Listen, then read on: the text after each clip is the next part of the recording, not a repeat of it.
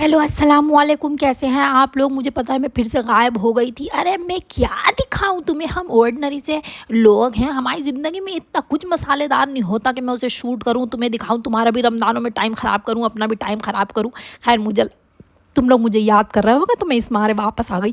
आज के दिन की शुरुआत हमारी ना, हमने ये मंगवाया था स्टैंड प्रोफेशनल शूटिंग करने के लिए। हमने कहा लाओ ज़रा अच्छी वीडियोस बनाएंगे। लोग हमें अपने प्रोडक्ट्स भेजते हैं कि बाजी हमारा सूट, हमारे जूते हैं, प्रमोट कर दो, स्मॉल बिजनेस है। हमने कहा लाओ प्रमोट ही करना है तो ज़रा अच्छी सी वीडियो बना देंगे। और हमारी फ़ातिमा भी माशाल्लाह से अब तो बन गई है इन्फ्लुएंसर, तो उनकी भी वीडियोस बना रहे थे। हमने पूरा सेटअप लगाया। सेटअप लगाने के बाद हमारी मॉडल अंदर तैयार हो रही थी, हमारी मुन्नी सो रही थी, तो हम चैन सुकून से थोड़ा बहुत काम भी कर पा रहे थे।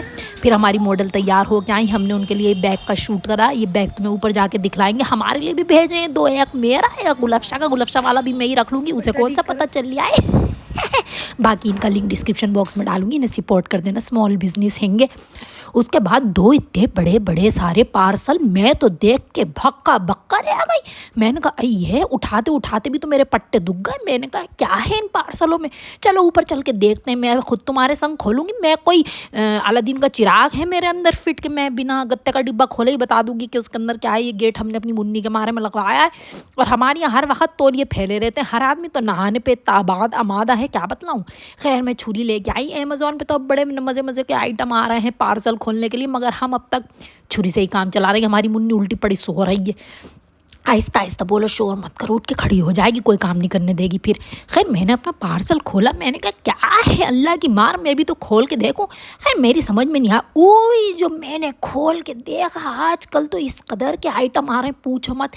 हमारा एक्सेसरीज करके हमें ऑर्गेनाइज़र भेजे थे उन्होंने कि लो अपना सामान ढंग से सलीके से रख लो, फूड़ा पने से मत रखो। बड़े अच्छे ऑर्गेनाइज़र हैं इनके। कने डिस्क्रिप्शन बॉक्स में डिटेल डालूंगी, ज़रूर इनका इंस्टाग्राम पे पेज चेकआउट करना।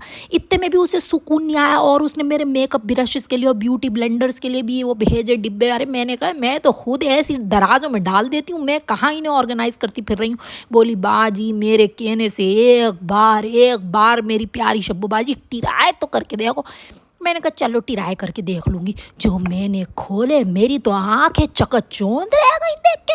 मैंने कहा आई है इस ज़माने में क्या क्या आइटम आ रहे हैं। खैर उसमें क्रिस्टल भी थे। उसने कहा ब्रशेस को आप क्रिस्टल में डाल लो। मैंने कहा ओफ ब्रशेस है, सोने का हार गले का, इतनी तैयारी इसमें रखूँ। खैर मैंने अपने ब्रशेस उसमें डाल दिया। हाँ मुझे पता है गंदे हो रहे हैं, तो रमज़ान इबादत करने का महीना है या मुंह पोतने का महीना है, हो रहे हैं गंदे तो होने दो। अब ब्यूटी ब्लेंडर हमारी मुन्नी ने नया बिल्कुल अपने दांतों से काट दिया था, मैं फेंक कोई देती 200 रुपये का, तो मैं तो वही इस्तेमाल कर रही हूँ कटा हुआ। खैर मैंने सारा सामान ऑर्गेनाइज़ कर दिया। हमारे मियाँ को खुशबुओं का बड़ा शौक़ है, तो खैर मैं सारा सामान ऑर्गेनाइज़ करके, मुझे बड़ा अच्छा लगता है अपना सामान ऑर्गेनाइज़ करना, सुकून से आता है, सलीके से लगा के। खैर मैं फारिग हो गई। ये हैं वो बस्ते जो मेरे और गुलफशा के लिए भेजे थे और नन्नी सारी सरीना के लिए भेजे थे। मैंने कहा वही इसके लिए भेजने की क्या मार थी। खैर चलो भेज दिए तो कोई बात नहीं, मैं नहीं भी इस्तेमाल करूँगी, गिफ्टिंग के काम आएंगे। मैंने बड़ा खूबसूरत सा एक सिल्क का सूट निकाला। ये असल में हमारे मियाँ का कुर्ता था। वो बोले अरे बड़ा जनाना है, मैं नहीं पहनूंगा, तो मैंने कटवा के अपने नाप का करवा लिया, ज़ाया थोड़ी जाने देती। और ये हमारी सास लाती है इसमें के मज़ो मज़ो के आइटम। कमर बल डालने की लकड़ी देख लो ज़रा कितनी खूबसूरत है, अल्लाह जैसे पेन। खैर मैं तैयार हो गई। कोई दुनिया का आदमी देख के कहते कि मेरे मियाँ का कुर्ता है तो मैं अपना नाम बदल दूंगी। आज कुरान पढ़ के मुन्नी को सुला के फारिग होके मैंने कहा लाओ ज़रा सास के कने भी चली जाऊँ, नहीं तो थूड़ी बना लेंगी कि मैं ही किचन में लगी रहती हूँ। मेरी बहू नहीं हाथ लगाती। फिर खड़ी कोफ्ते बना रही थी। मैंने कहा लाओ मैं मदद करूँ। बोली बस रहने दो, तुम क्या मदद करोगी। मैंने कहा रहने दो, तो फिर रहने दो, खुद ही बना लो।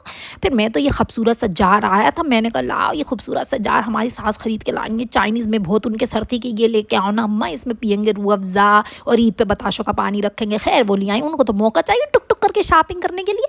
खैर वो ले आई, मैंने उसको असेंबल करा। मैंने कहा लाओ आज रूह अफ़ज़ा इसी में पियेंगे। ज़रा आजकल एस्थेटिक्स की बड़ी मार है ना, हर चीज़ एस्थेटिक्स है। बड़ा खूबसूरत, क्वालिटी भी बहुत अच्छी है। इसका लिंक कहाँ से तुम्हें बताऊँगी, तुम्हें ख़रीदना होगा, बाज़ार में मिलता है, जाकर ख़रीद लो।